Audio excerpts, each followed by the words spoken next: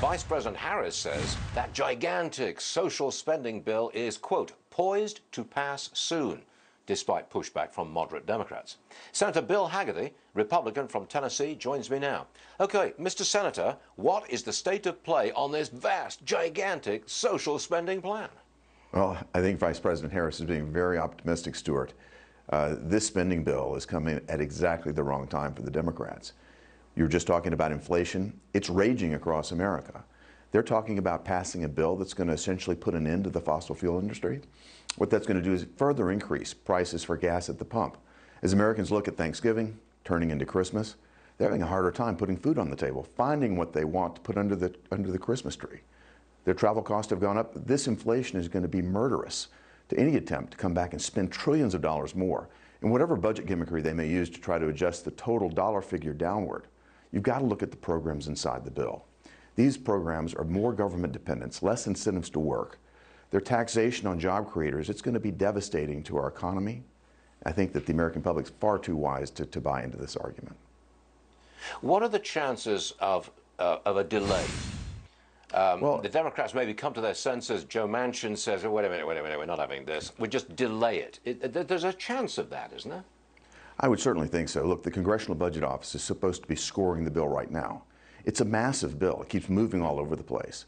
It may take them to Thanksgiving or even beyond that. And if it does, if the same thing occurs that happened with the so-called infrastructure bill, they're going to miss it by a country mile. They're talking about numbers that are below $2 trillion.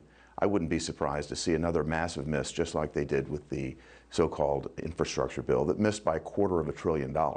So we'll see what happens there. But the Democrats, the more moderate Democrats that actually want to see something paid for, I think will be paying close attention to this, and it's going to be hard for them to get there. The other aspect of paying for this as well is looking at what's in the programs, because government dependency programs, once they're turned on, are very, very difficult to turn off. So if they just reduce the number of years by which they score it, that's just a budget gimmick. We all know that this is going to land on the shoulders of our children and our grandchildren. Is there anything at all in this massive, gigantic social spending bill that you support? Well, it would be very hard to go through this and find something that would make me move in a direction that would support this bill. No matter what particular aspect of it would be in there, it's going to be overall so inherently inflationary and so incredibly moving us towards socialism and these massive government dependency programs, and so devastating to job creators and the companies that are trying to be more competitive, not less. I can't see anything that can move me in that direction.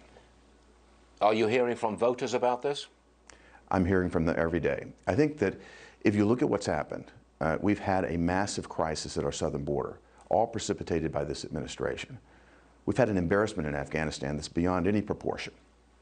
You've got Americans looking at the situation here and saying, this administration is incompetent. We don't want to turn over more responsibility, more control to this administration with these dependency programs.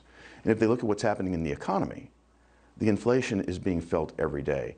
The energy prices have gone through the roof. Wait for a hard, cold winter here. The American public is going to feel this at every level. And the Biden administration policies have caused every bit of this.